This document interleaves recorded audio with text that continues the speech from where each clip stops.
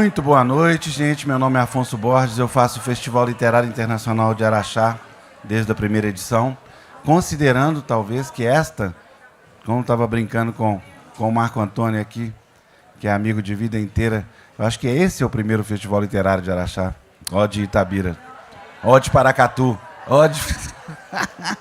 É muito festival, porque a gente tem a presença desses quase 100 autores, considerando também os autores de Itabira e região.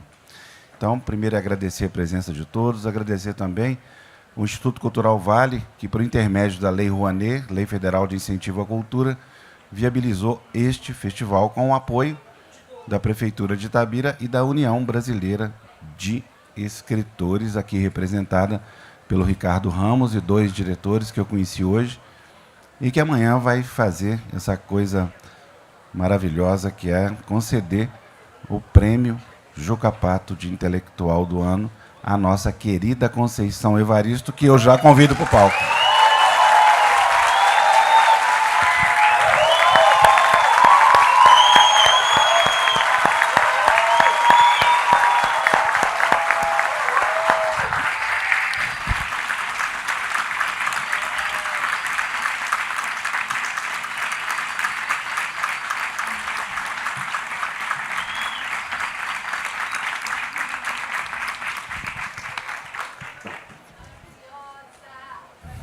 Por favor, Jefferson Tenório.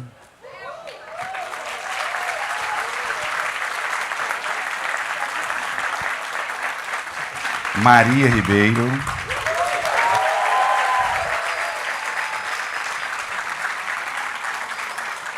E essa coisa maravilhosa que é Eliana Alves Cruz.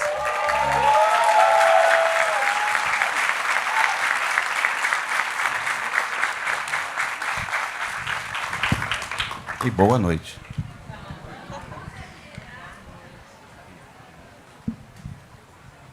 Gente, boa noite. Que alegria ver tantas pessoas reunidas em torno da palavra, da poesia, da literatura, e com pessoas tão especiais aqui. É uma satisfação. Obrigado, Afonso, por proporcionar esse momento. E nossa conversa aqui vai girar em torno de certas palavras, né, que é o título da nossa mesa. Vamos conversar, então, com a Eliane Alves Cruz, que é jornalista, escritora, pesquisadora, estreou na literatura com o livro Água de Barrela. Também tem outros livros, né, que vocês já conhecem também, né, como Crime do Caso do Valongo, Solitária, vencedora do Prêmio Jabuti com o livro de contos A Vestida, é colunista também e entrevistadora, que ela vai falar também um pouquinho, né, na TV Brasil, e que já começou com uma grande convidada, que foi a Ana Maria Gonçalves, né? Então, uma salva de palmas, por favor, para a Eliane.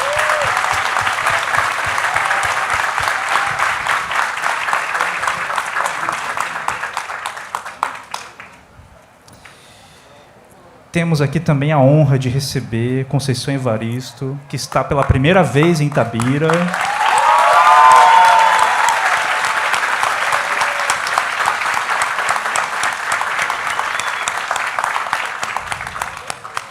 Conceição é mineira, doutora em literatura, pesquisadora, professora, autora do célebre livro Ponciá Vicêncio e também dos livros Becos da Memória, Canção de Ninar Menino Grande, que está aqui, último lançamento da Conceição, grande livro. Um dos meus livros preferidos também, que é Histórias de Leves Enganos e Parecenças, livro de contos. E Conceição seguramente é uma das escritoras mais influentes da contemporaneidade. A Conceição também, recentemente, abriu a Casa Escrevivência, né, que é um grande acontecimento para a cultura brasileira, e ganhadora do prêmio Juca Pato, que será laureada amanhã. Né? Quem vai fazer essa conversa também comigo, né, e com a Conceição e a Eliana, é a Maria Ribeiro,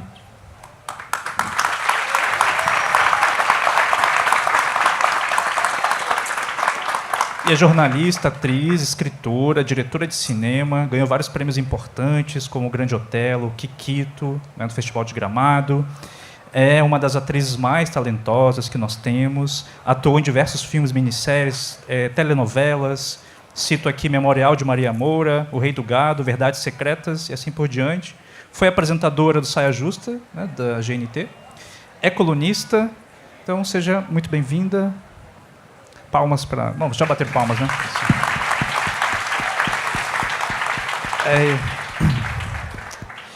Muito bem, para a gente começar a conversa, certas palavras,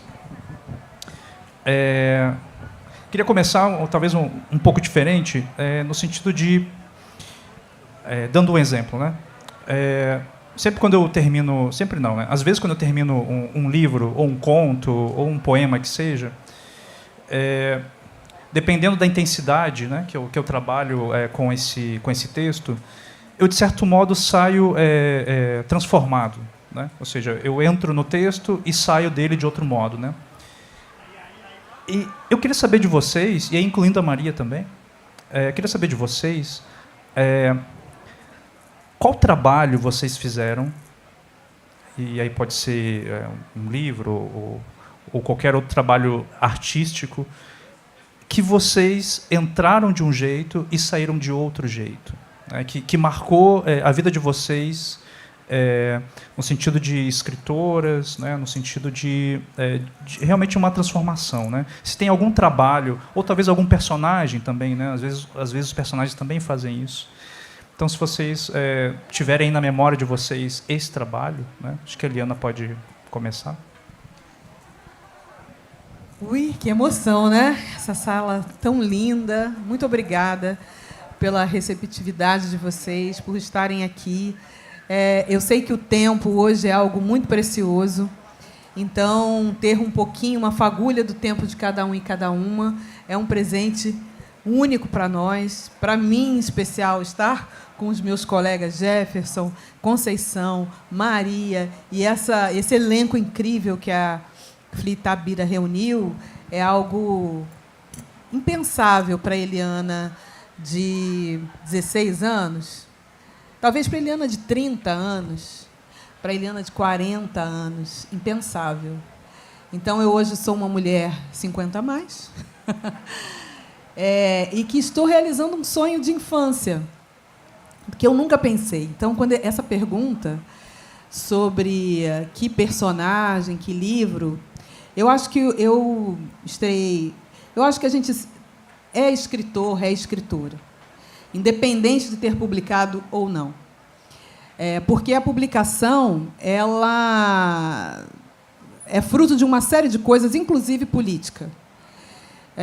Então, o ato de escrever, não. O ato de escrever, uau, você escreve até sem caneta, você escreve na cabeça, você escreve.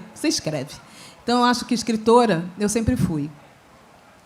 Só que, em um determinado momento da minha vida, eu achei que eu devia tirar todo esse universo que eu tinha na cabeça, devia sair da minha cabeça para o papel. E esse momento foi um momento de dor, de questões pessoais minhas, muito dolorosas, e que eu resolvi fazer o Jurema Werneck diz, né? Nossos passos vêm de longe. Foi quando eu resolvi voltar lá para longe, lá para esses passos, né? Quem começou essa caminhada, né? Da onde a gente repete isso automaticamente? A mesa anterior falou sobre inteligência artificial, mas às vezes a gente emula a inteligência artificial, né? Porque a gente fica repetindo mecanicamente coisas que a gente ouve. Nossos passos vêm de longe, nossos passos vêm de longe, nossos passos vêm de longe da onde? E vão para onde, né? Então eu fiz essa pergunta: da onde vieram esses passos? E daí nasceu a minha escrita literal, né, no papel.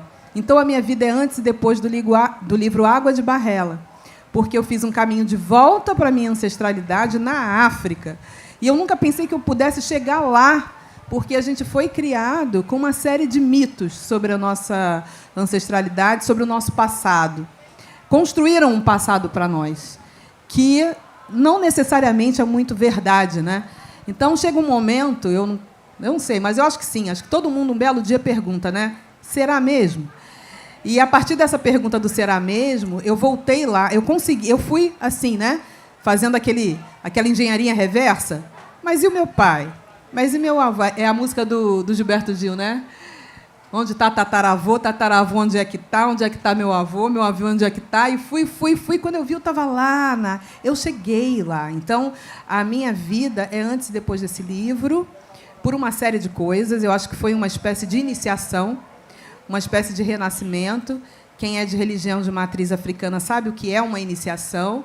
Estamos aqui de branco não à toa, né? Hoje é sexta-feira. Em religiões de matriz africana é um dia dedicado ao Oxalá, que é um orixá da paz, que é um orixá sincretizado com outros credos, mas todos remetendo à paz, todos remetendo à concórdia, né? Da justiça e da concórdia. É lindo esse hino, né? Que tem lá em Salvador, no dia do Senhor do Bonfim, que é sincretizado com Oxalá. Então, fiz esse caminho de volta, e a minha vida é antes e depois desse livro. E aí eu resgatei muita gente que já não está aqui, mas que está aqui, tanto em mim, quanto nos meus filhos, quanto na espiritualidade. Eu acho que todas as religiões... Acho que não existe uma cultura em solo africano que não entenda o mundo como uma coisa só. O espaço, né, esse cosmo, não existe essa divisão, né? Vivos e mortos, e céu e terra, e inferno.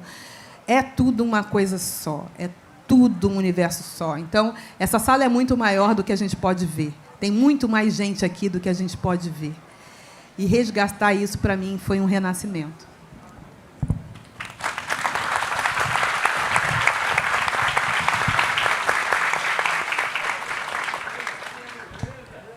Boa noite a todas, a todos e a todos. Afonso, mais uma vez, muito obrigada pelo convite. Você, Maria, é o meu primeiro contato com você, já tinha te visto em televisão, em cinema e tudo, então seja bem-vinda a mim.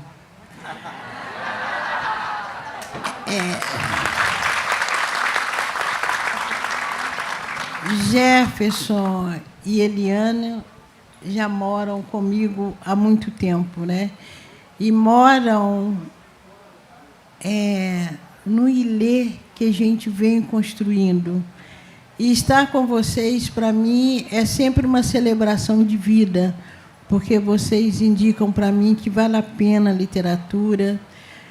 Há anos atrás, eu tenho idade para ser mãe de vocês, o menino ali tirou uma foto e falou assim, lá, está parecendo uma mãe chamando a atenção do filho, na hora que eu estava conversando com você. Então, estar sempre, Eliana, é uma pessoa que me dá uma alegria muito grande, porque eu fico emocionada, falei com você, eu estou emocionada aqui te olhando, porque significa que essa briga pela autoria negra está dando certo. Deu certo. Há anos atrás, a gente comentava muito, né? Os escritores negros, as escritoras, é o que você fala, a gente sempre escreve. Independente de estar consagrada, de estar visibilizada ou não. Então, vocês estarem aqui comigo me dá um certificado que a nossa luta vale a pena.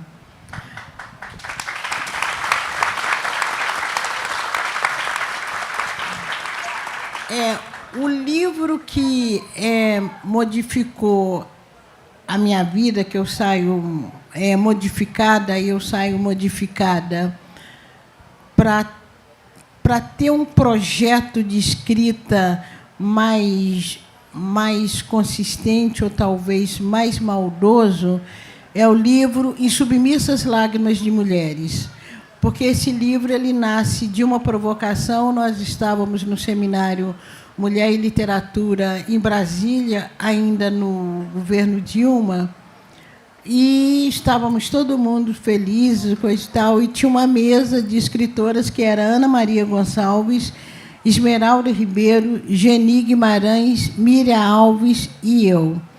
E surgiu uma pergunta no palco, por que nossas histórias eram sempre tristes, havia sempre morte, coisa e tal, e eu sou meio acusada de ser assassina, porque todo o meu texto tem uma morte. Mas a gente fala muito que essa morte, na verdade, é uma exigência, né? É uma denúncia a essa impossibilidade de viver. Tanto é que o personagem morreu, normalmente termina a história, porque nós fazemos falta, né, para essa história continuar. E aí uma amiga nossa, Edileuza da Penha, que é uma pesquisadora de cinema, de literatura, Edileuza falou, mas as nossas histórias não são só tristes, as nossas histórias são histórias vitoriosas também. Tanto é que vocês estão aí. Então, a gente precisa construir história de final feliz. Eu fiquei muito irritada com a fala de Edileuza e falei com ela, minha filha, então, se você é uma pessoa que eu tenho intimidade, eu falei, se você quiser ver história de final feliz, vá assistir novela aí de uma certa emissora que você vai ver história de final feliz. Mas eu fiquei achando que Edileuza tinha razão. Edileuza tinha razão, sim. Aí eu pensei, eu vou escrever um livro de história de final feliz e Edileuza vai ver. Porque eu sou vingativa. E até acho que, inclusive, para os povos silenciados, que passam pelo processo de licenciamento, eu acho que a literatura, a ficção, é um lugar que a gente vinga. E vinga bonitinho, porque vinga e ganha até prêmio. Ótimo, né? E aí eu falei, eu vou fazer uma história de final feliz. E foi no momento também que eu estava fazendo o doutorado e eu não aguentava mais olhar para a tese. Então, eu parava a tese e pegava o livro. E consegui fazer um livro de final feliz. Mas só que as personagens, elas passam... as personagens estão contando as suas histórias. Ninguém mais está numa linha de pobreza, né? Ninguém mais, as personagens, todas mulheres. Essas personagens não estão mais numa linha de pobreza. São personagens que conseguiram se construir, estão ali contando as suas histórias. Mas o que me mobilizou foi a minha incapacidade de começar um texto já feliz. Ninguém começa feliz, todo mundo começa com dificuldade. E que eu acho que retrata muito, inclusive, a própria história nossa. Né? Não só uma história, ou às vezes não uma história individual, mas é uma história coletiva. E também, como ele foi um livro muito bem planejado, dos nomes das personagens, a toda a estrutura do texto, então ele foi um livro também que me exigiu uma certa técnica para pensar, né, para organizar um texto. Alguns nomes já indicavam a história. Então, eu acho que Submissas foi um livro... O próprio título, né, Em Submissas Lágrimas de Mulheres. Tanto é que eu a minha ideia é fazer uma trilogia. Já estou começando a escrever O Silencioso Pranto dos Homens, eu te falei, né? O Silencioso Pranto dos Homens, e depois alguma coisa em relação às crianças, os adolescentes, como que uma geração mais nova coloca as dores e as alegrias, né? Mas eu já vi que vai ser dor mesmo. Vai ser dor mesmo. Pode ser mania, né?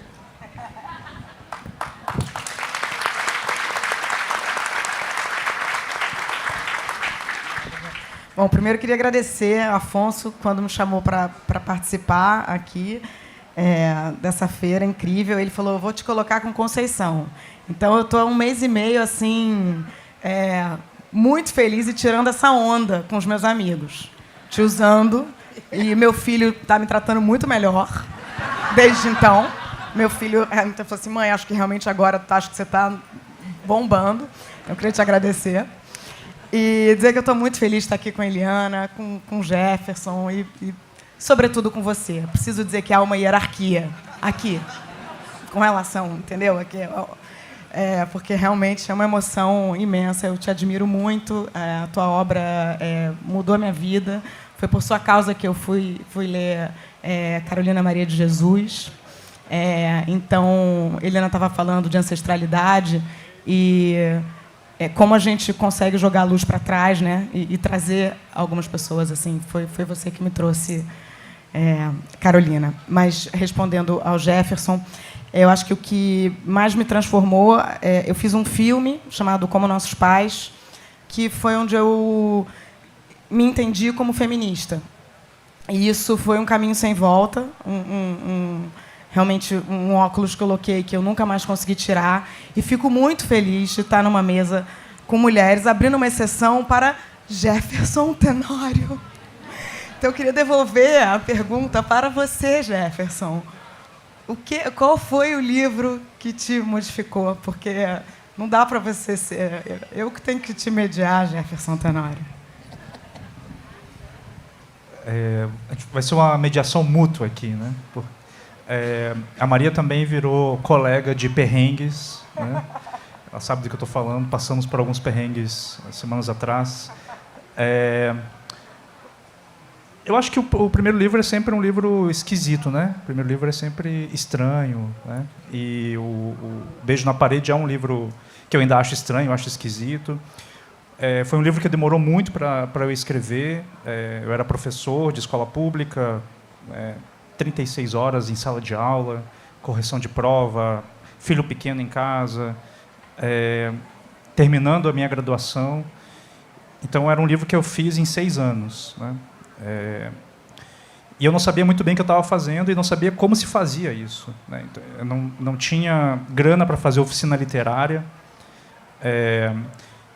E eu estava fazendo curso de letras, licenciatura, enquanto a maioria dos meus colegas queriam ser escritores, eu queria ser professor. E eu não achava que eu iria seguir, né, como escritor. Então, acho que o primeiro livro, Beijo na Parede, ele me deu uma certa consciência de escrita e ver como é que faz, assim, né? Essa tentativa de ver, será que eu consigo esticar essa história até virar uma narrativa longa, né?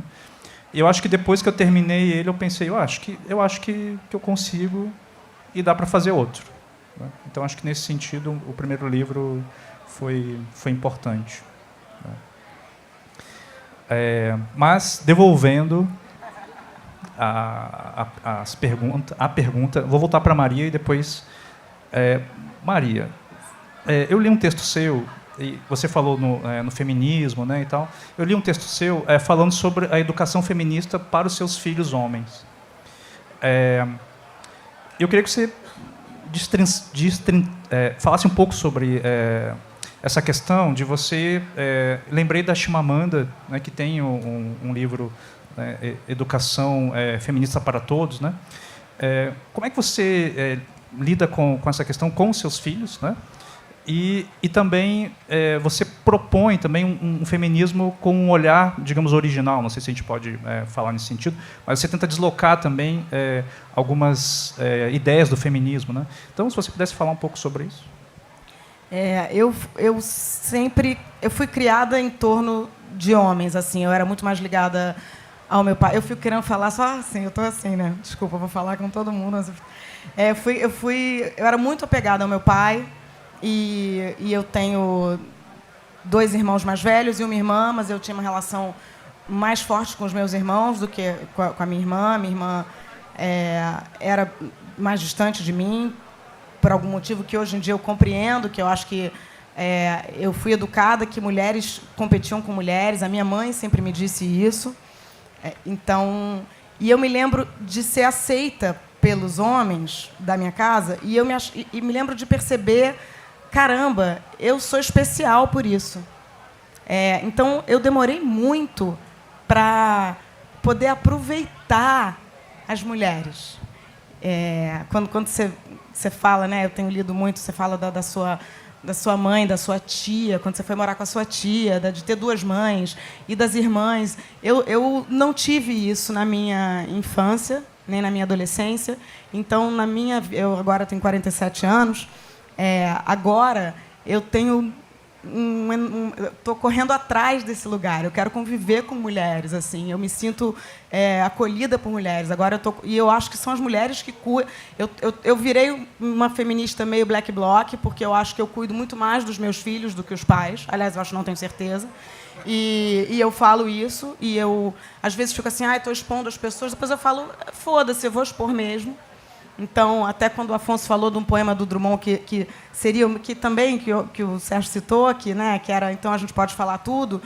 Não sei se pode falar tudo, eu certamente pago um preço por falar as coisas, mas, enfim, eu vou falando até a hora que eu sou demitida, né? É mais ou menos assim que a minha vida funciona. Né, Márcia? Mas com relação aos meus filhos, eu procuro falar muito isso para eles. De como eu perdi esse tempo achando que homens eram incríveis, e não que homens não sejam, mas eu acho que a gente está vivendo um momento realmente de uma reparação histórica, entendeu? Que é muito importante no feminismo, como é muito importante no racismo. A gente tem, então, quando eu entrei para escrever no Globo, eu entrei como... Era um movimento chamado Agora é que São Elas, e eu tinha um grande amigo, que era o Jorge Bastos Moreno, um grande amigo meu, que me cedeu a coluna dele. E ele falou, não, Maria, parece que está pegando muito bem agora, chamar mulheres e tal, então eu vou chamar. Eu falei, tá, posso dizer que você é machista? Que a sua coluna é machista, que usa as mulheres como musa e tal? Ele falou, você pode fazer o que você quiser.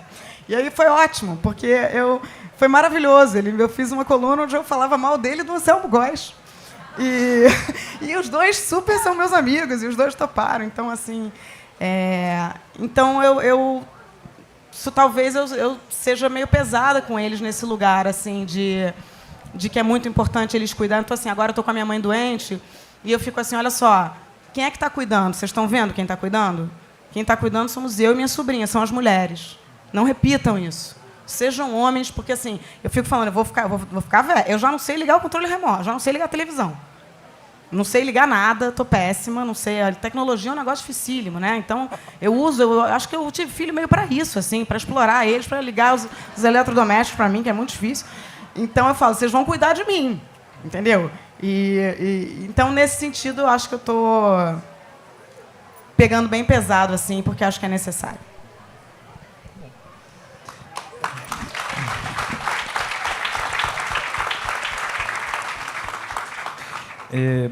Eliana, os seus livros, eles me parece que têm um projeto literário assim muito claro, assim, né? De você voltar às origens, trazer essa ancestralidade, né? Então a gente vê no Água de Barrela, a gente vê no Crime do Caso do Valongo, e aí você faz esse arco e chega nos dias de hoje, né?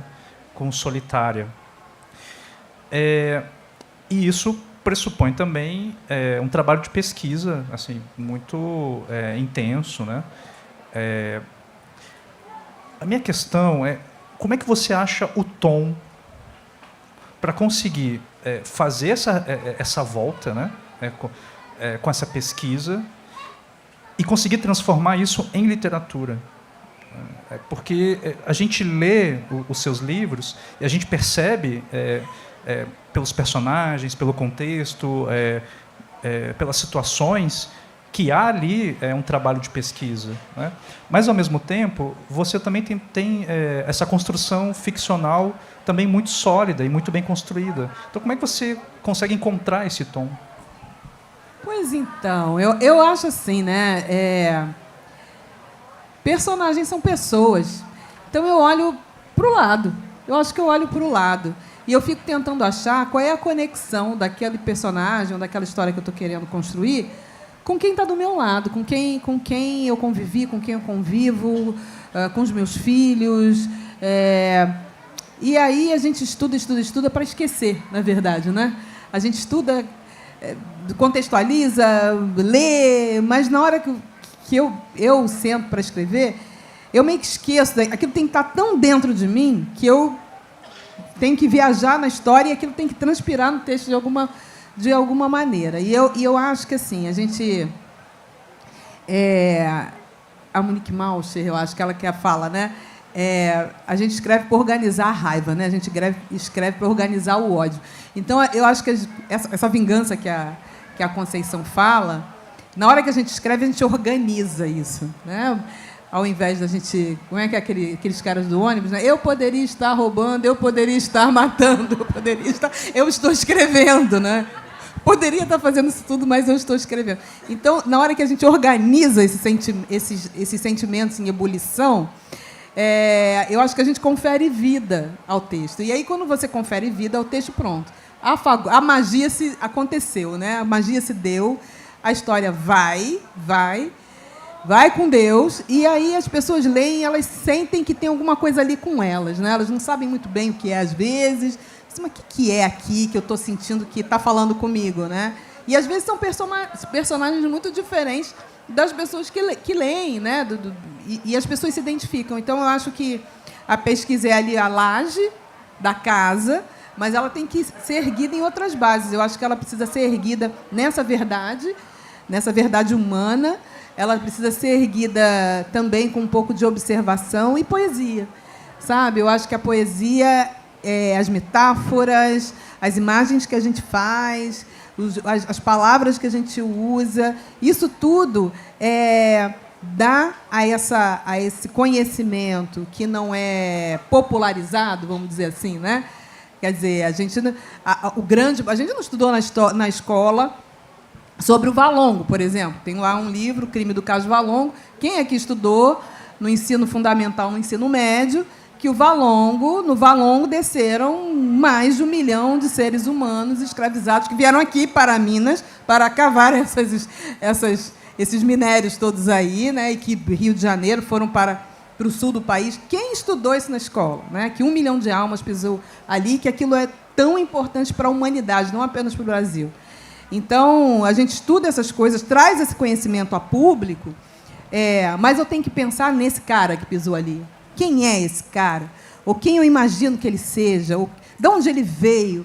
Sabe? Eu tenho que me interessar por ele, eu tenho que me apaixonar por ele, por ela, para poder fazer uma história minimamente crível, né? Não no sentido de que ela aconteceu exatamente daquela forma que eu estou colocando ali. Não, é uma ficção, né? Aquela pessoa, a Moana, não é uma personagem que ela poderia ter existido, sim, poderia, mas é uma personagem de ficção.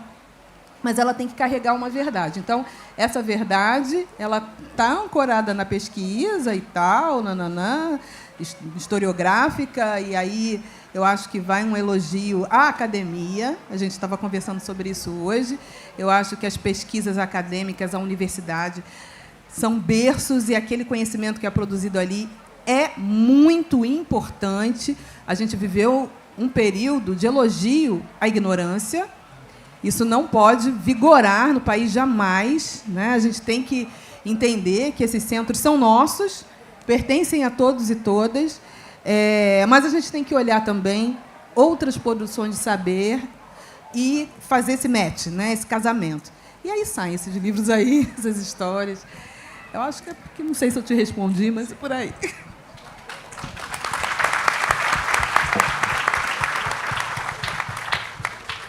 Conceição, o termo escrevivência, ele é um termo que se popularizou nos cursos de letras, principalmente. Se fala bastante, quando se fala de literatura brasileira, se fala da escrevivência. E eu já ouvi e já vi também escrito pessoas que fazem uma correlação com a autoficção, né? E eu queria saber de você duas coisas, né? A primeira é se você concorda com isso, se há essa correlação, ou seja, escrevivência também pode ser vista como uma autoficção, e que você falasse também um pouco da Casa Escrevivência. Tá, legal. Eu acho que nada é tão radical, né? Eu acho que todas as verdades ou toda suposição de verdade, ela é incompleta. Então, quando as pessoas falam escrevivência pode ser lido como autoficção, eu falo, pode. Até a página 4 página 5. Depois você vira a página e muda o rumo da prosa. Né? Escrevivência pode ser lida como uma escrita narcísica? Pode. Quinta página você vira o rumo da prosa. E vira o rumo da prosa, e aí eu vou começar com essa escrita narcísica. Vira o rumo da prosa por quê? Se nós lermos um texto ou produzirmos um texto a partir da narrativa do mito de Narciso, para essa autoria que está ancorada ou que está fundamentada numa experiência negra, numa experiência africana, numa experiência afro-diaspórica, nós sabemos que o espelho de Narciso não cabe ao nosso rosto. A beleza negra, ou falar de uma beleza negra, falar da beleza de corpos negros, é muito recente. E, mesmo assim, ela foi construída, né, todo esse discurso de uma beleza negra, Black is Beautiful, é algo que tem um sentido político muito grande para a gente, né? Vai além da estética, ou então a gente poderia pensar numa estética também que tivesse profundamente ligado a uma ideologia.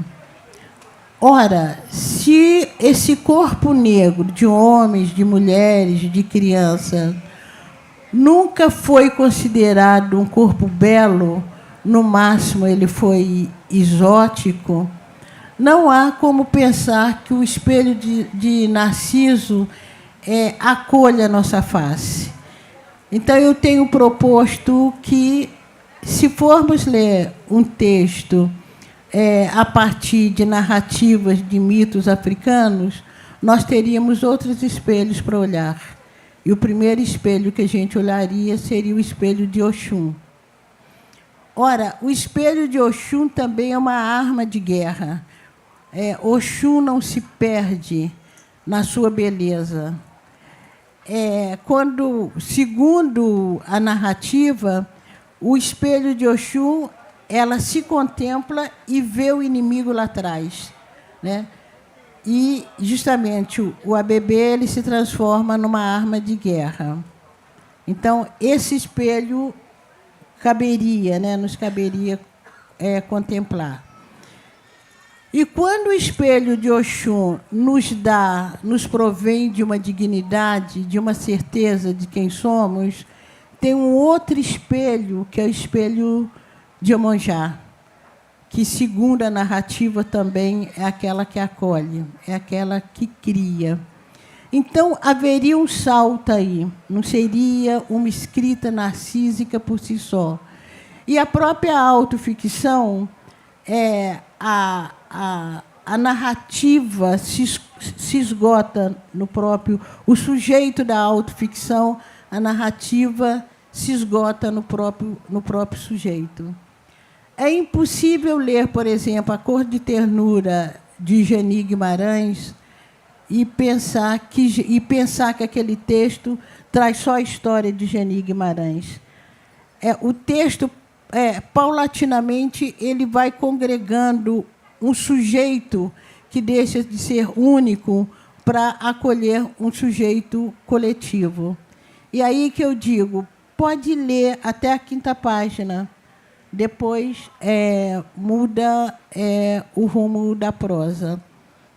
E depois tem algo também que, pensando, né, a escrevivência e ver como o conceito tem sido ampliado, né, apropriado, inclusive ele nasce na literatura em 94, 95, eu estou falando de escrevivência na minha dissertação de mestrado ainda na PUC, e tem um dado que, para mim, distingue, toma um outro rumo.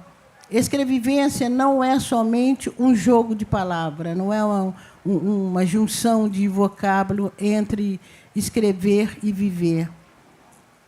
Há uma imagem histórica e ancestral que semantiza o termo para além do vocábulo. E essa imagem é a imagem da Mãe Preta na Casa Grande. Essa imagem ela está no fundo e ela potencializa esse termo. Por quê?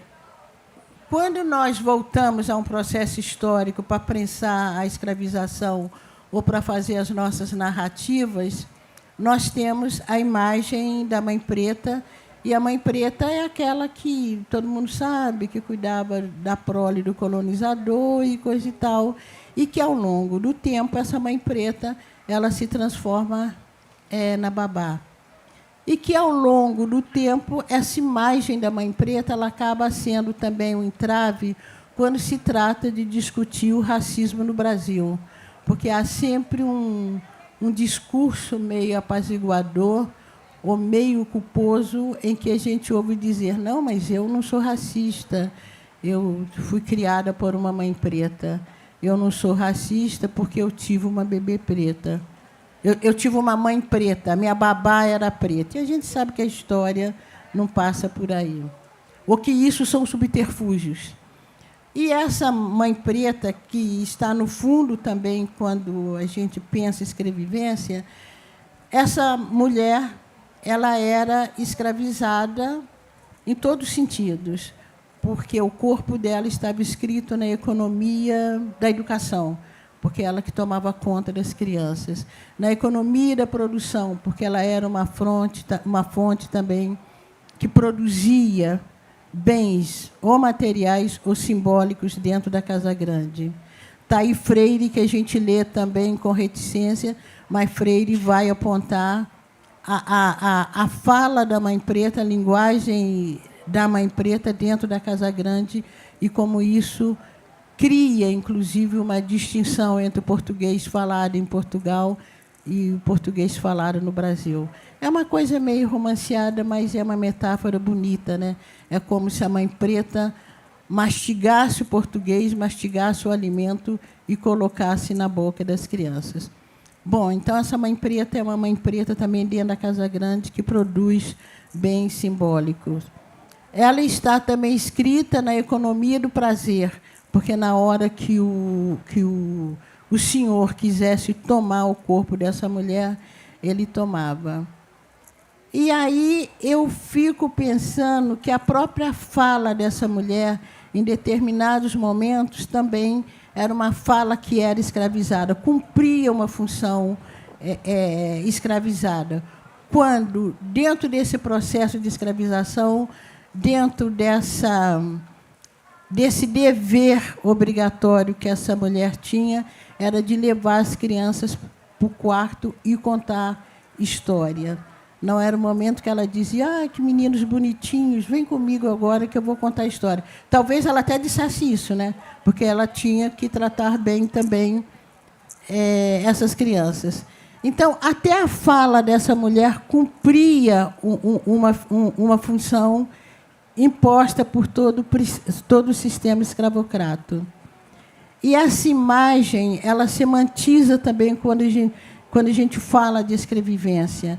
É como se a nossa escrevivência, é como se a nossa escrita, é como que a nossa fala quisesse borrar essa fala dentro de um processo histórico, dentro de um processo ancestral, uma fala também que era obrigada a dizer.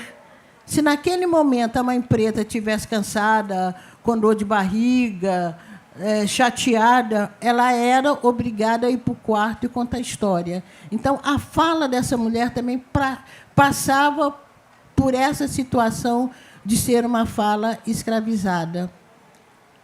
Quando pensamos em escrevivência, a gente pensa no reverso da moeda. Ou pensa essa fala escravizada, ela potencializa hoje a nossa fala livre. A nossa fala livre. E aí eu estou pensando justamente, né? Então, já que não podemos falar, vamos, já que a fala é proibida, falemos, né? Falemos tudo. E essa também é um dos pontos, é uma referência que distingue escrevivência de autoficção, de escrita de si, de escrita narcísica, porque nós queremos sedimentar também esse processo criativo a partir de nossa condição histórica e dessa história ancestral. Então, escrevivência é o outro lado da moeda. É como se libertasse aquela fala, aquela dicção que era obrigada a cumprir os mandos da Casa Grande. E aí são essas diferenças que semantizam também esse processo.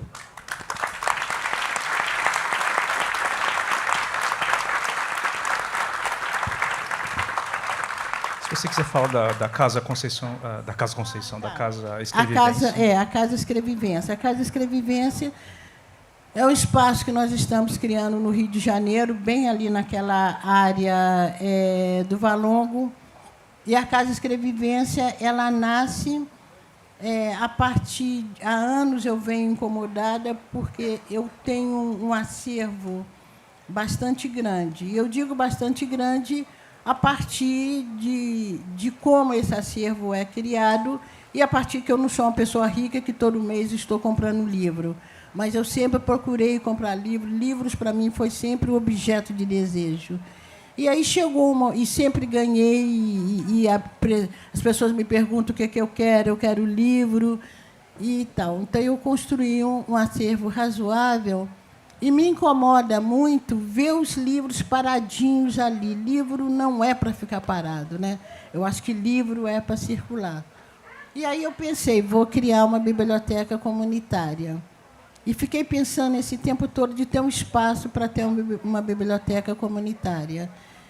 E aí chegou o momento que também os estudos sobre escrevivência, os prêmios que eu ganho, né? Estou toda metida agora com o Juca Pátria melhor. Os prêmios que eu ganho, foto, muito trabalho de escola. Eu quero sempre agradecer os professores. Aliás, quando eu conheço o Jefferson, indo na escola, num trabalho que Jefferson coordenava quando ele trabalhava nessa escola. Então, eu tenho um acervo de material, de cartazes, de folder e livros, muitos livros também, dissertações, tese, que me mandam a partir dos estudos sobre escrevivência.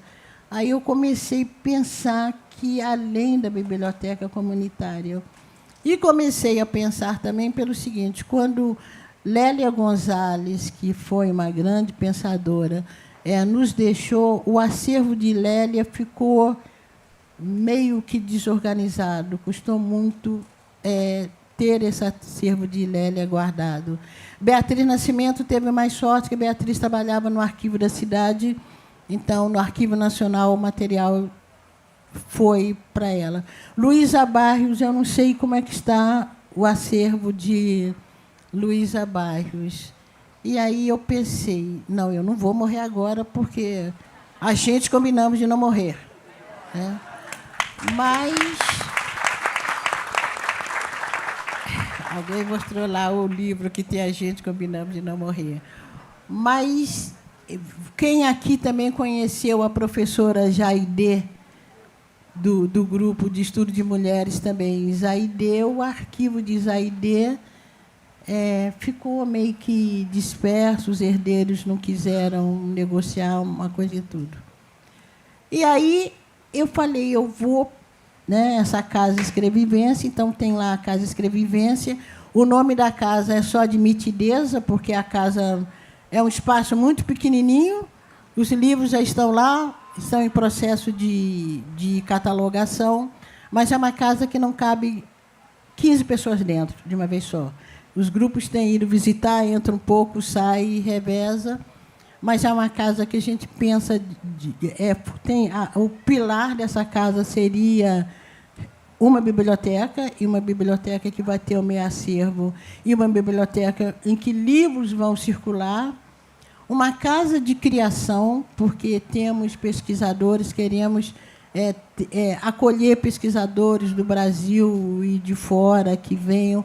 Uma casa também que a gente pensa ter um projeto de trabalho com professores e, no momento, o espaço ainda não cabe em todos os projetos. Eu pensei que era só pôr uns livrinhos na parede, lá no armário, e falar que existe a Casa Escrevivência, mas tem uma burocracia muito grande, e faz estatuto, e pensa estatuto, e coisa e tal. Mas já tem uma casinha lá do lado que a gente não tem dinheiro nenhum, mas nós vamos comprar aquela casa. A Casa Escrevivência vai ter um espaço próprio, e é o que eu quero deixar como legado aí, tem uma função aí para o futuro, talvez mais até para o futuro, né, do que no presente, enquanto a gente se organiza. Está lá no Valongo, quem quiser passar pelo Rio, só tem de marcar, porque, como eu falei, não cabe muita gente lá dentro daquela lojinha, não.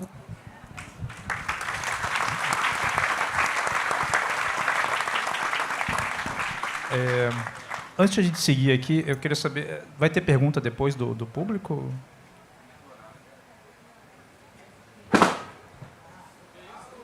Esse é um sim?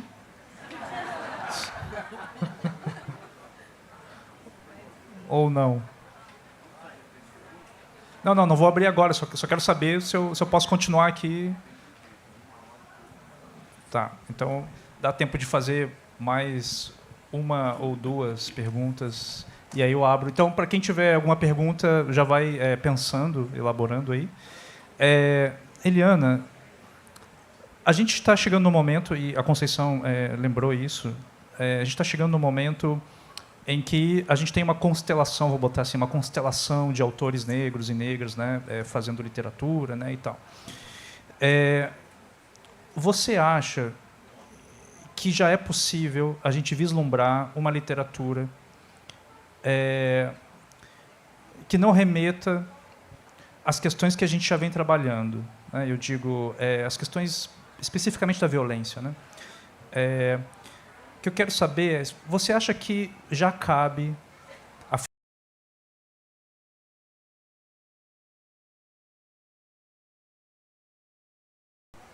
Eu acho que sempre, assim, para mim sempre coube, né? Porque o Água de Barrela, se você lê aquela história, você vê que é uma história belíssima de uma família, com todas as questões que as famílias têm.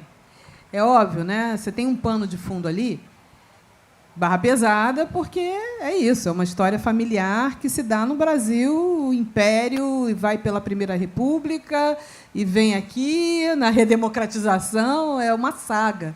E o pano de fundo é a história do próprio país. E a história do Brasil não é bolinho, né? Como dizem. A história do Brasil é barra pesada para todo mundo, né? Preto, branco, indígena, é punk. Então, aquilo está lá. Mas a história é uma história de um projeto, de pessoas que ousaram sonhar. Quando o Martin Luther King fala assim, I have a dream, todo mundo acha esse discurso lindo, né? Mas, por trás daquele discurso, tem o seguinte: eu sou um homem negro, eu estou no centro do poder do meu país, eu tenho o direito de sonhar e eu tenho o direito de não pensar no imediato, porque a população negra no Brasil, ela vive para o daqui a pouco. Ou seja, para pagar o aluguel, para comprar o jantar, para comprar o almoço, para pagar a mensalidade dali, é tudo para daqui a pouco. Então, quando você está com essa urgência para o daqui a pouco, você não consegue prospectar nada, né? Tem esse discurso de coach de que vamos pensar, não dá para pensar, você está com fome agora, você precisa ter um teto para morar agora. Então, eu acho que, nesse sentido, a gente já consegue pensar um futuro, pensar um projeto de futuro. Eu acho que, quando você lê O Crime do Caso Valongo, tem uma história ali, eu pelo menos, tenho uma preocupação de fazer esse final feliz, mas um final feliz que a gente consiga fabular esse final, né? Ele não é o mesmo para todo mundo que lê. Ele pode ir para um lado, para umas pessoas, pode ir para outro, para outras. E tem uma história de alguém contando a sua própria trajetória, elaborando essa vida e pensando essa vida para alguém, né? O caso do Valongo tem a história do baú, que ela depois entrega para nós, né? Não é para o personagem do livro. O Nada Digo de Ti também tem um final meio fantástico. O Solitária, ou seja, a história das empregadas domésticas, que tem uma filha que já está numa outra geração, tem um conflito geracional ali, né? Tem toda a questão da escravidão, da herança, da sobrevida da escravidão nessas relações, mas já tem uma fabulação de futuro diferente, ou seja, a filha já tem uma outra postura em relação àqueles patrões, em relação ao próprio fazer doméstico. Tem uma hora que ela se vê na necessidade de recorrer a esse recurso, mas ela já encara diferente. Ela já encara aquilo como um trabalho, já não é mais a parte da família, já não é mais a gratidão, já não é mais a mãe preta. Então, eu acho que a gente tem muitas coisas para contar. Essa felicidade ela está ali, né? Ela é atravessada por todas essas dores, por todas essas questões, mas, sim, eu acho que a gente já está num momento de pensar em descansar. Né? Tem lá em casa tem uma cadeira de balanço que é da minha bisavó.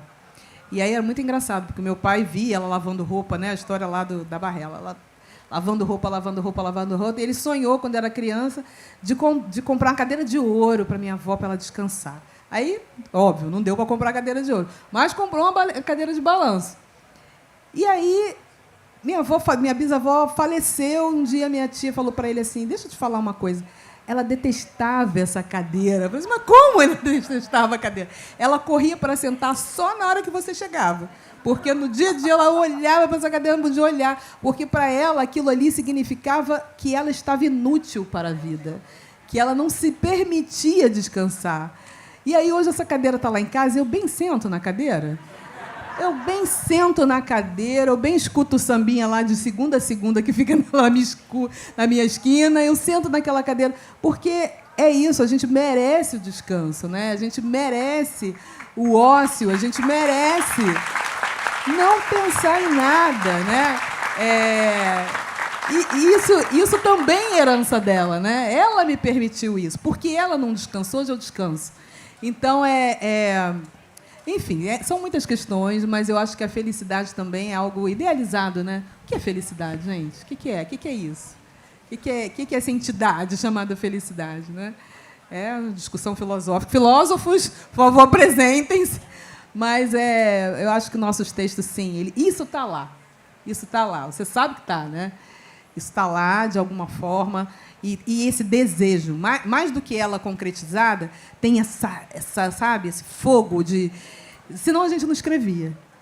Se a gente não tivesse esse anseio, essa vontade de vamos viver, a gente combinamos de não viver. Olha o tanto de felicidade que tem nessa frase, o tanto de desejo de vida que tem nesse a gente combinamos também, nesse português que subverte o português da tia do jardim de infância, né? Que o português que sobe o morro, o português que está com a gente ali na rua. Então, o tanto de força que tem nessa frase, isso é o quê? Isso é felicidade, eu acho.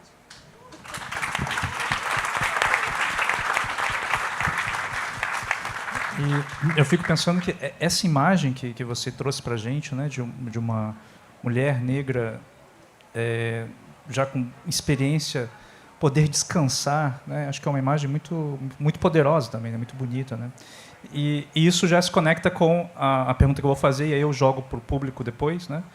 E é uma pergunta para as três, e que tem a ver com o que a Eliana acabou de falar, né? Sobre esse descanso, né? A Maria, por exemplo, ela nas colunas ela traz temas bastante pungentes, ela coloca o dedo na ferida, fala das polêmicas. E tem um personagem que eu gosto bastante, que é o Bartleby, do Herman Melville. E o Bartleby, ele é um sujeito burocrático lá e que faz o que o chefe dele manda sempre. E aí chegou um dia que o chefe manda ele tirar cópia de um determinado documento, e aí ele diz a célebre frase: preferiria não. Né? E eu acho, eu prefiro, né, essa versão do que o prefiro não. Porque o prefiro não, ele já está dizendo que não quer mesmo. Agora, o preferiria é de uma audácia, né? Porque mistura gentileza também, e aí a pessoa não sabe muito bem como reagir, né? A minha questão passa por aí. O que vocês prefeririam não fazer a respeito das lutas diárias? Por exemplo, daqui a pouco vai começar um reality show, que eu não quero dizer qual é o nome, mas que começa todos os anos, em janeiro, e a gente já sabe o que vai acontecer lá dentro, né? Vai acontecer uma situação de racismo, e aí parece que nos acionam, né? Ou acontece alguma coisa sobre machismo, e aí acionam as mulheres. E aí, vocês não vão se pronunciar? Né? Ou seja, que luta você escolhe, ou você não escolhe, ou entra em todas, Maria? Você prefere entrar em todas? Eu estou descobrindo a sonsice. Meu objetivo de vida eu sempre fui muito combativa, sempre fui considerada brava, e como se isso fosse uma coisa péssima, né? Que para os homens é legal você ser corajoso, mas a mulher corajosa é difícil, né? Então eu sempre achei, e agora eu estou vendo que financeiramente pode ser que isso esteja me prejudicando, que eu tenho que pagar a conta. Então eu estou tentando ser um pouco quem eu sou, mas escolhendo as lutas. Porque, por exemplo, eu adoraria não ter só chefes homens. Adoraria. Eu fico com muita raiva quando eu recebo...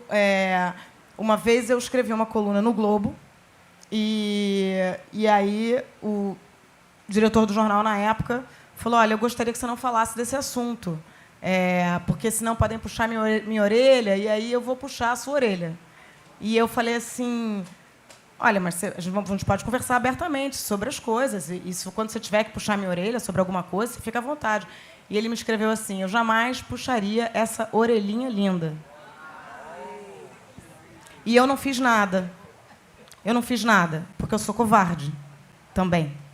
Porque eu também tenho medo. Então, eu gostaria muito, realmente, de que a gente tivesse essa divisão de chefes, homens e mulheres.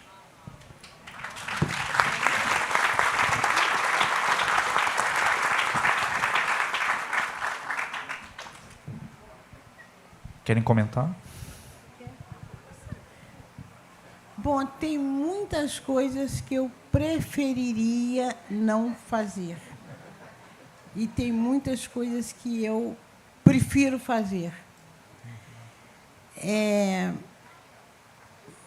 Uma das coisas que eu acho que eu não preferiria fazer, muitas vezes, é ter que dar muitas explicações. E dar muitas explicações sobre aquilo que não precisa mais explicar. E aí eu vou ser muito, muito objetiva mesmo. A questão do racismo. Eu não sei se é porque a gente já sabe tanto e sabe em termos de vivência. Então, eu preferiria não ter cuidado para falar sobre o racismo, porque o racismo não tem cuidado conosco. Nenhum. Esses dias eu falei e voltando a repetir. Chegando aqui, ao preencher a ficha, a moça... Porque há algumas sutilezas no racismo que só quem é negro percebe. Eu cheguei no hotel, dei boa noite para a moça. A moça não respondeu. Quando a minha amiga que está comigo, que é uma mulher branca, entrou, antes dela acabar de entrar, a moça: boa noite. Ora, gente, explicar que isso tem uma dose de racismo aí é difícil, porque isso é muito sutil. Quando ela me perguntou qual a profissão da senhora, eu falei professora. Ainda bem que eu falei professora, porque se eu falo escritora, ela vai falar: essa mulher surtou. Aí eu falei, professora. Ela olhou para mim e falou, professora, por que ela teve que me perguntar de novo? Entende? Então, isso eu preferiria não ter que falar mais, não ter que explicar, não ter que dizer várias vezes, isso é racismo. Sabe? Já dava para as pessoas entenderem. Então, essa luta que a gente faz é muito desgastante, porque eu cheguei no momento feliz, eu estava toda contente, porque eu vinha para a FLI Paracatu. Mais uma vez... Paracatu, não. É porque eu fui para Paracatu, gente, desculpa. Eu vinha para a FLI Itabira. É isso que dá. É isso que dá. É isso que dá. Eu estava toda felizinha, me sentindo assim demais, né? Ainda vem o prêmio Juca Pato. Aquilo me descontrolou. Entende? Que por mais que a gente tenha uma autoestima construída, tem algo na gente que é frágil. Não é? Então, isso é o tipo da coisa que eu não preferiria. Agora, o que eu prefiro fazer, e vou tentar fazer isso ano que vem, é me permitir parar para escrever. Entende? Porque tem muita coisa, tem coisas aqui que eu quero produzir, e aí parar para escrever também é um negócio complicado quando você tem 1001 solicitações, inclusive a luta pela sobrevivência mesmo, né? As coisas do cotidiano, você tem filho, você sabe, as coisas do cotidiano, da casa, que por mais que os homens, os companheiros estejam envolvidos, mas o grosso sobra para a gente mesmo. Então, eu preferiria não ter que estar ainda trazendo essas questões do racismo, ou se trouxesse de uma maneira poética, através dos livros, mas não nesse enfrentamento diário. E prefiro ficar escrevendo. Se eu pudesse me isolar, pegar minha filha, ir para uma ilha, alguma coisa assim. O galo cantando, a trama. O galo cantando, igual você escutou na live, justamente é isso que hoje eu prefiro e preciso fazer.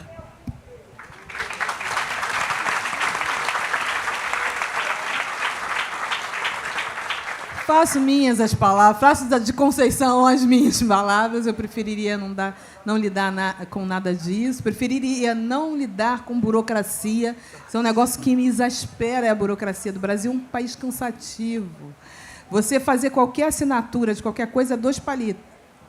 Tenta desfazer essa assinatura. Nossa Senhora! Então, é toda uma burocracia para te induzir ao consumo, para te induzir à falência, para te induzir à dependência financeira, para te induzir à desorganização mental, ao cansaço, à não criação. Isso tudo te tira da criação. A arte precisa precisa da minha cadeira de balanço, né? Precisa. E a vida não deixa, a burocracia não deixa, o boleto, não sei o quê, é o formulário XYZ, rosa, azul, amarelo, verde, para você marcar uma consulta tudo é difícil. Tudo eu preferiria não fazer, né? Mas quem dera, né? Quem me dera. E tem uma outra coisa que eu acho que, assim, né? A gente tem uma obra que, óbvio, né? É combativa, a gente se vinga lá, as pessoas percebem essa vingança, essas pessoas percebem o nosso discurso. Eu acho que a gente, todos aqui, né, temos uma certa dose temos que ter uma certa dose de coragem para colocar as nossas questões, porque é muita agressão. E agora, no mundo virtual, então, né, que as pessoas estão escondidas atrás do raio de um computador, de um celular, que ele compra o chip ali, daqui a pouco ele joga o chip fora, você não sabe quem é aquela pessoa. Então, as pessoas se sentem livres para te falar coisas absolutamente escabrosas, ameaçar de morte. Então, é tudo muito violento. E, em especial, da semana que começou essa guerra em Gaza e com Israel para cá, eu preferi o silêncio sobre isso. Porque eu senti que é o seguinte: primeiro, que o Holocausto indígena e o Holocausto negro não comovem como comovem esses holocaustos. Então, as pessoas acham que isso não nos afeta. Isso número 1, né? Nada do que está acontecendo lá a gente já não viveu e vive aqui. Eu moro a 2 ruas do Morro dos Macacos, em Vila Isabel. O Morro do Pau da Bandeira do Samba está a 5 ruas. O Morro do Salgueiro está atrás da casa do meu pai. Então, assim, não me venha falar, não me venha com churumelas, como diz o... Não me venha com churumelas. A gente vive coisas muito doídas, dolorosas, e a gente está conectado com o que está acontecendo ali, né? A gente está vendo lá. Só que o nosso posicionamento, as pessoas demandam demais da gente, e isso drena as tuas forças. Então, eu tenho amigos judeus que exigem, tem que ir para as redes sociais, tem que falar, não pode o antissemitismo. Tenho amigos do lado árabe, do lado muçulmano, que também demandam, cadê vocês que estão falando, não estão falando do genocídio, não sei o quê. E eles estão esquecendo que a gente está vivendo uma coisa que agora é a violência sutil, mas é a violência literal. Meu filho sai de casa, meu filho tem 23 anos, ele está na linha de corte do genocídio de homens pretos no Brasil. Não tem uma vez que meu filho abra a porta e saia para a rua que eu não encomende a ele a todos os orixás, todos os santos católicos, todas as divindades que me vêm à cabeça, porque esse menino precisa voltar para casa, sabe? E essa agonia que fica rodando em... como é que fala? No programa que fica rodando em paralelo à sua vida, a burocracia, a não sei o quê, a via rosa, azul, amarela. Mas isso aqui está rodando, esse programa está rodando. Isso te adoece, sabe? Porque vai te puxando uma energia, te puxando. Então, a gente precisa se isolar. Né? Eu apresentei lá o programa e a Ana Maria Gonçalves falou assim, eu não tenho WhatsApp, eu não tenho rede social, não tenho nada. Aí um monte de gente no meu WhatsApp. Como é que ela não tem WhatsApp? Como ela não tem WhatsApp? Como ela não tem WhatsApp? Sobrecarregando o meu WhatsApp. Aí eu falei, bom, eu acho que eu também não vou ter mais o WhatsApp. Né? Porque isso é um dreno de tempo. E a gente, então, passa a não priorizar o que é prioritário, que são essas coisas aqui, que é a nossa criação, que é o nosso trabalho, que é o afeto que a gente deve com as pessoas no nosso entorno, né? Nossos companheiros e companheiras, nossos familiares. Meu pai tem 83 anos, ele precisa de mim, sabe? Ele precisa da minha presença. Ele não precisa que eu ligue para ele e diga, pai, como é que você está? Não, ele precisa que eu vá lá, sente com ele uma tarde, escute as mesmas histórias que ele conta há 55 anos, de novo. Ele precisa da minha paciência. E eu não posso gastar a minha paciência com um cara que está atrás do celular me xingando porque eu não me posicionei sobre isso, isso e isso. Então, eu acho que, mais do que não gostaria, eu realmente não estou fazendo mais alguma coisa. E por que você não faz? Porque eu não quero. Essa é uma resposta completa, né? Porque eu não quero. É só porque eu não quero. E porque eu não posso. Né? Eu tenho... A gente, tem um tempo aqui na Terra, né? Acho que está todo mundo ciente disso. Quando vocês ouvirem uma bateria de escola de samba, o agogô ele dá o tempo. Ele dá o tempo do samba. E o agogô também, em terreiro, não sei o quê, ele dá o tempo. Ele é um símbolo do tempo. O nosso agogô está batendo. E você não sabe quando ele vai parar de bater. Então, não dá para a gente ficar perdendo o ritmo do agogô com determinadas coisas. Né? E aí eu acho que a idade também vai chegando e a gente vai ficando seletivo com qual é a briga que eu preciso brigar. Qual é a briga que eu já estou brigando? E aí, quando eu falo da história das guerras que a gente vive, na verdade, o que essas pessoas não estão vendo é que eu já estou brigando nesta mesma guerra, porque é uma guerra só. A gente está falando de limpeza étnica, a gente está falando de racismo, a gente está falando... Eu estou de genocídio, a gente está falando... A Trudoá teve aqui, a Márcia Cambeba teve aqui, a gente está aqui... A gente está falando exatamente da mesma coisa. Aí tem aquela frasezinha do 20 de novembro que o povo gosta de usar, né? Somos todos humanos. Mas somos mesmo, sabe? Somos mesmo. Somos todos humanos mesmo. Não somos todos tratados como humanos da mesma... Né? A gente sabe. Mas somos e merecemos muita coisa, muito mais do que a mediocridade das cobranças e das burocracias.